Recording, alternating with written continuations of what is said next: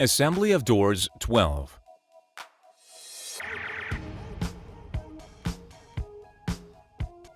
Prepare the profile and filling according to the project using the calculation table. Place the profile on the filling. Insert the plate from the roller set into the lower edge of the profile.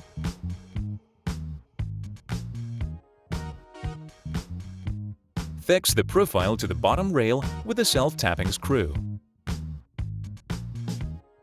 Install the bottom roller. Fix the profile to the top rail through the top roller.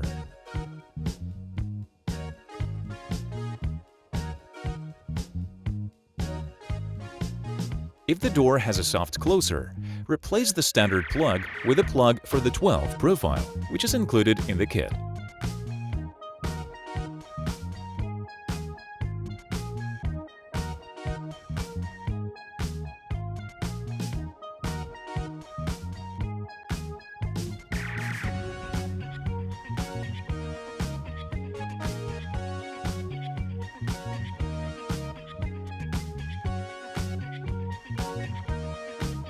Fix the profile to the top rail through the soft closer plug.